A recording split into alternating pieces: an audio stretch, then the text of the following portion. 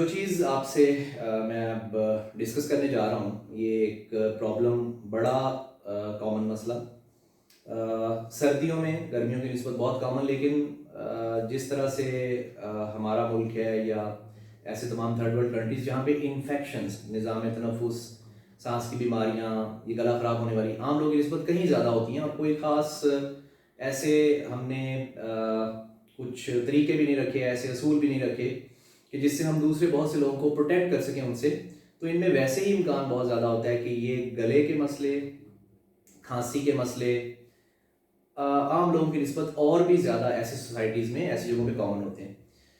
तो दो medical terms और उनको आसान उर्दू में मैं आपको साथ में समझाऊंगा। हम जिसे कहते हैं एक्यूट फेरेंजाइटिस या ब्रोंकाइटिस, ये ऐसे प्रॉब्लम है, ऐसे इशू हैं, ऐसे मसले हैं कि जो रोज़मर्रा में लोगों को होते हैं और बड़ा गैर ज़रूरी तौर पे इनके अंदर एक तो तरीका इलाज बड़ा गलत होता है और एक इनको बड़ी तवालत दी जाती है। इनको हम एक्यूट फेरेंजाइटिस यानी एक गले की खराबी होना, कुछ लोग कहेंगे कि हमारे गले में खराश हो रही है, कुछ कहेंगे हमारे गले में दर्द है, कुछ कहेंगे हमें निकलते हुए थोड़ा दर्द होता है और कभी कभार ये साथ में टॉन्सिलाइटिस के साथ भी मिला हुआ होता है। टॉन्सिल्स हमारे गले में मौजूद ऐसी चीज़ें होती हैं जो जरासीम को किसी हद तक हमें प्रोटेक्ट करती हैं, रोकती हैं, लेकिन सम टाइम जब इनके अंदर इन्फेक्शन होती है, जरासीम बैठते हैं तो ये तंग भी करती हैं और कभी कभार कुछ ज़्यादा पेचीदगी की शक्ल भी इख्तियार करती हैं, जिसमें फिर आपके लिए मुश्किल हो जाता है इवन सांस लेना भी कई मौक़ों पे। लेकिन ज़्यादा कॉमन प्रॉब्लम जो हम देखते हैं वो सिंपल, हम उसे फेरेंजाइटिस कहते हैं कि गले के अंदर खराश, दर्द और उसके साथ थोड़ा बहुत बुखार हो जाना 1-2 दिन। इस प्रॉब्लम को हम कहते हैं एक्यूट फेरेंजाइटिस और इससे एक मिलता जुलता और प्रॉब्लम है जिसे हम कहते हैं एक्यूट ब्रोंकाइटिस। ये थोड़ा साथ में सांस की नालियों की एक सोजिश, उसकी बीमारी है। उसके अंदर ज़्यादातर मरीजों में थोड़ी हल्की फुल्की खांसी उनको होती है, बुखार 100-101 तक चला जाता है। अब ये जो दोनों मसले हैं, अगर हम ये कहें कि ये निज़ाम तनफ़ुस की, सांस की सबसे कॉमन बीमारी और डॉक्टर्स के पास आने की रूटीन में जनरल प्रैक्टिशनर्स हैं या फिजिशियंस हैं या पल्मोनोलॉजिस्ट जो सांस की बीमारियों के स्पेशलिस्ट हैं, उनके पास जाने की अगर सबसे कॉमन वजह है तो ये दो मसले हैं। इसलिए इनके बारे में एक तो पब्लिक उनके लिए जानना और एक डॉक्टर्स के लिए जानना कि इनको आपने ट्रीट कैसे करना है और इनका सिंपल सा सोल्यूशन क्या होता है।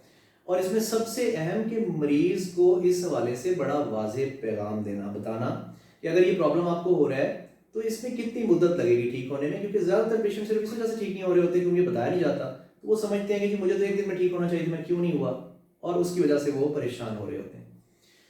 तो जब किसी को ये प्रॉब्लम होता है, यानी गले में खराश हो, दर्द हो, साथ में खुश्क खांसी जो कॉमनली इसमें फेरेंजाइटिस में साथ में होती है, और बुखार अक्सर बेशतर जो 1-2 दिन के लिए रहता है, उसमें जब एक पेशेंट तंगी के साथ आता है तो हमें उसको क्या बताना है?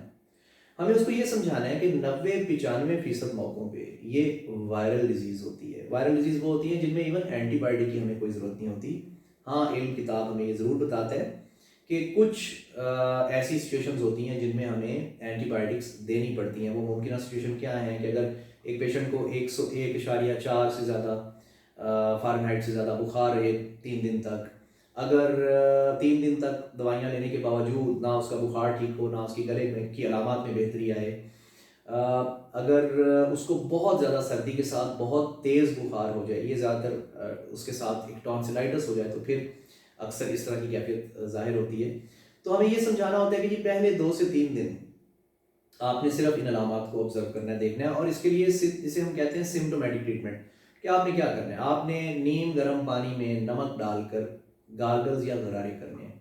दिन में 3 दफ़ा, 4 दफ़ा, 5 दफ़ा, 6 दफ़ा आप कर सकते हैं, डिपेंड करता है कि आप कितने अनईजी हैं।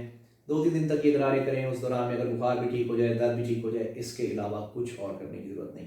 पैराडॉल साथ में लेनी पड़ती है क्योंकि साथ में जिस्म में दर्दें होती हैं, वायरल इन्फेक्शन की खास पहचान होती है। अब उस सूरत में कि अगर इससे ज़्यादा मसला होता है तो यकीनन उसके लिए एंटीबायोटिक्स भी हैं, या वो एज ग्रुप ज़रा रिलेटिवली यंगर एज ग्रुप जिनके अंदर एक बीमारी होने का खतरा होता है कि भाई अगर ये गले की खराबी एक जरासीम होता है जिसे हम कहते हैं बीटा हेमोलिटिक स्ट्रेप्टोकोकाई, तो ऐसे एक जरासीम की वजह से है जो बाद में जाके थोड़ा दिल के वैल्व्स को ख़राब कर सकते हैं और उसमें पेचीदगी हो सकती है जिसे हम रूमेटिक फीवर कहते हैं, रूमेटिक हार्ट डिजीज़ कहते हैं। सो इस चीज़ को रोकने की गर्ज से हम पेशेंट को एंटीबायोटिक दे रहे होते हैं।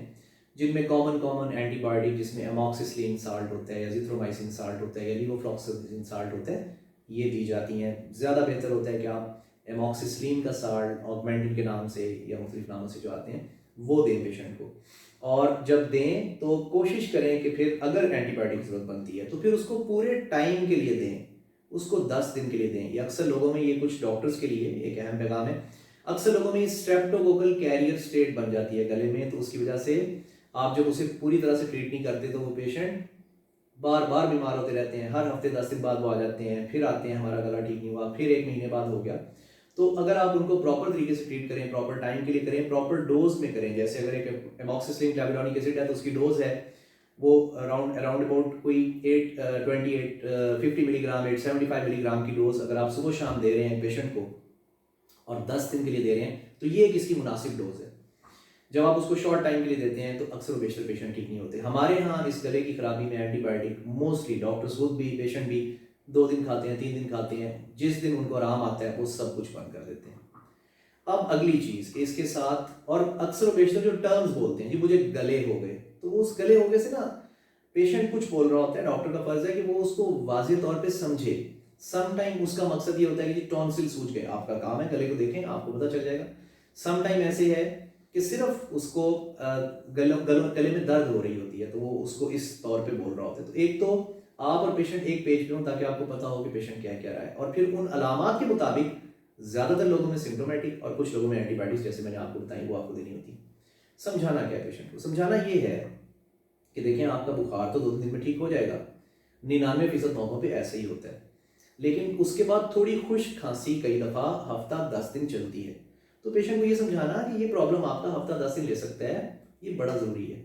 अगर उसको नहीं कन्वे करते तो वो बेचारा 2 दिन बाद फिर परेशान हो जाता है, मैं ठीक नहीं हुआ, तीसरे दिन कभी एक एंटीबायोटिक ले रहा होता है, कभी दूसरा। यही कुछ पेशेंट कर रहे होते हैं, यही अक्सर हमारे डॉक्टर पेशेंट कर रहे होते हैं। डॉक्टर्स भी होते हैं और साथ में पेशेंट भी होते हैं। दूसरा प्रॉब्लम है एक्यूट ब्रोंकाइटिस। ब्रोंकाइटिस में जो एक बड़ा कॉमन प्रॉब्लम है हमारे यहाँ, उसमें साथ में थोड़ा सा अगर आपको हल्का सा बुखार हुआ है उसके साथ थोड़ी बलगम भी आना शुरू हो गई है। कभी वो सब्ज रंग की बलगम आ रही होती है, कभी कभार पीले रंग की बलगम आ रही होती है, और कभी सफ़ेद भी होती है। ये भी कॉमनली वायरल होता है। अब इस प्रॉब्लम के अंदर आप पेशेंट को ट्रीट करते हैं, और वही बात है, अगर एंटीबायोटिक्स की ज़रूरत अक्सर तभी पड़ती है जब ये बुखार एक ख़ास हद से ऊपर चला जाए, या एक ख़ास टाइम के बाद भी 3-4 दिन के बाद ये ठीक ना हो रहा, तो कई दफ़ा निमोनिया कर सकता है तो हमें देनी पड़ जाती है। सो इसमें भी आपको क्या करना है, आपको पेशेंट के सिम्टम्स को बेहतर करने के लिए उसको आपको वो चीज़ें देनी हैं जो उसको रिलीफ दें, जो उसको फ़ायदा दें उन अलामात में। कि अगर उसको खांसी आ रही है तो कुछ खांसी के सिरप हैं, अगर बलगम वाली खांसी होती है तो उन्हें एक्सपेक्टोरेंट के नाम से जाना जा सकता है, वो दे सकते हैं। अगर उसको ड्राई कफ है तो उसको हम सप्रेसेंट कफ सप्रेसेंट कहते हैं, वो दे सकते हैं। और एक बहुत बड़ा मसला जो इसके साथ होता है, ख़ास तौर पे वायरल ब्रोंकाइटिस के साथ, वो ये होता है कि इसको हम मेडिकल टर्म में कहते हैं रिएक्टिव एयरवे डिजीज। इसके बाद हो जाती है वायरल इन्फेक्शन होती है, आपकी सांस की नालियाँ छोटी छोटी, उनके अंदर हल्की सी रिएक्टिव एयरवेज हो जाते हैं, तो वो थोड़ा सांस की नालियाँ तंग होती हैं। अब ये सबसे कॉमन प्रॉब्लम भी और बहुत कॉमन प्रॉब्लम भी है, और गलत ट्रीट भी किया जाता है। पेशेंट का सारा मसला ठीक हो जाता है, खांसी बच जाती है। अब वो खांसी के लिए कभी एक एंटीबायोटिक, कभी दूसरी एंटीबायोटिक, कभी तीसरी, और वो कह रहा था कि मैंने ये शरबत ले लिया, वो शरबत ले लिया, ठीक नहीं हो रहा। तो भैया आपको उसको ठीक करने के लिए उन सांस की नालियों को खोलना पड़ता है, उसके लिए ब्रोंको डायलेटर्स देने पड़ते हैं। वो ज़्यादा बेहतर होता है कि इनहेलर की फॉर्म में आप दें। अब उसको लेबल ना लगा दें कि उसको अस्थमा हो गया है। उसमें बड़ा कॉमन है कि इस छोटी सी इन्फेक्शन के बाद अस्थमा के लिए आपको और भी बहुत पीछे हिस्ट्री लेनी होती है, वो सीजनल वेरिएशन है, या पेशेंट की एवरी विंटर सीजन में हो रही है, कोई थ्रेशिंग में हो रही है, वो बहुत सी चीज़ें क्लूज होते हैं आपके पास जो हमें आपको बताते हैं कि ये अस्थमा है। तो ये बेसिकली अस्थमा लाइक प्रॉब्लम होता है, और पेशेंट को समझा देंगे हम आपको इनहेलर दे रहे हैं, कुछ कैप्सूल मिल जाते हैं खींचने वाले, वो दे रहे हैं। तो ये देने का मकसद है आपकी सांस की नालियों को खोलना। आप ये लेंगे, सांस की नालियाँ खुलेंगी तो बेहतर होगी। आगे से मरीज का जवाब अक्सर आपको ये मिलेगा कि डॉक्टर साहब मुझे तो सांस की दिक्कत है। इन्होंने समझाया कि सांस की नालियां अगर तंग होती हैं तो इसका ये मतलब नहीं होता कि आपको उसकी वजह से सांस की दिक्कत हो, बल्कि बहुत से मौकों में सिर्फ खांसी होती है। तो सिर्फ उस खांसी को ठीक करने के लिए भी जो सबसे अच्छी चीज़ है वो ये इनहेलर्स हैं जो सांस की नालियों को खोलते हैं। कभी नेबुलाइज कराएं, उनसे कुछ पेशेंट्स को बेनिफिट मिलता है। और कुछ पेशेंट को कभी कभार अगर बहुत ज़्यादा तंगी हो रही हो, टेम्पररली वक्ती तौर पे स्टेरॉइड्स भी देने पड़ जाते हैं। अक्सर वो लोग वो होते हैं जो थोड़ा प्रोन होते हैं अस्थमा को, या थोड़ा बहुत उन्हें पीछे भी एलर्जीज रही होती हैं, तो कई दफ़ा वो भी कुछ 2-4 दिन के लिए आपको देने पड़ जाते हैं। कोविड, ये जो कोरोना है, ये दोनों मसले ब्रोंकाइटिस और फेरेंजाइटिस, इनमें से कॉमनली ये फेरेंजाइटिस का बायस बनता है, गले में खराश, गले में दर्द। अब वो भी जैसे एक बाकी वायरल इन्फेक्शन है उसकी तरह की इन्फेक्शन है। इसके अंदर भी अगर किसी पेशेंट में सांस की दिक्कत नहीं, कोई और पेचीदगियाँ नहीं है, हल्का फुल्का बुखार हो रहा है, जिस समय दर्द हो रही है, तो ये भी बिल्कुल आम वायरस की इन्फेक्शन की तरह आपने इसकी ट्रीटमेंट भी वही सिम्प्टोमेटिक करनी है, वही गार्गल्स गरारे कहने हैं, वही आपने पैराडॉल साथ में देनी है और उसको इंतजार करने का कहना है कि ये इतने टाइम में ठीक हो जाएगा। इसके लिए कॉमनली दी जाने वाली एंटीबायोटिक्स जैसे जिथ्रोमाइसिन दे दी जाती है। दर हकीकत तो हमारे जैसे मुल्क में जहाँ पे टाइफाइड फीवर, एंटेरिक अच्छा खासा है मौजूद, हमारी ग़िज़ा और हमारी साफ़ सुथरी ग़िज़ा ना होने की वजह से, या लोगों के हाथ धो के ना चीज़ें पकाने की वजह से, तो उनके अंदर कोशिश करना चाहिए। जिथ्रोमाइसिन एक बहुत अच्छी दवाई है, इसको सेव रखें आप इन मसलों के लिए। बहरहाल अगर कोई पेशेंट पहले शुरू कर चुका है, ले चुका है, तो आप उसकी जो ड्यूरेशन होती है, मुद्दत होती है एंटीबायोटिक की, वो पूरी कर देते हैं। यूजली आप 3 से 5 दिन के लिए उसको दे देते हैं। सो ये तभी देनी है बहरहाल आपने कि जब कुछ ऐसे मामलात हों जहाँ पे बुखार एक ख़ास हद से ज़्यादा हो, जहाँ पे पेशेंट 2 दिन के बाद भी सेटल डाउन ना हो रहा हो। कोशिश करें कि ऐसी गलतुल आम ट्रीटमेंट जो सीना बसीना एक से दूसरे तक मुंतकिल हो रही है, उसको अवॉइड करें।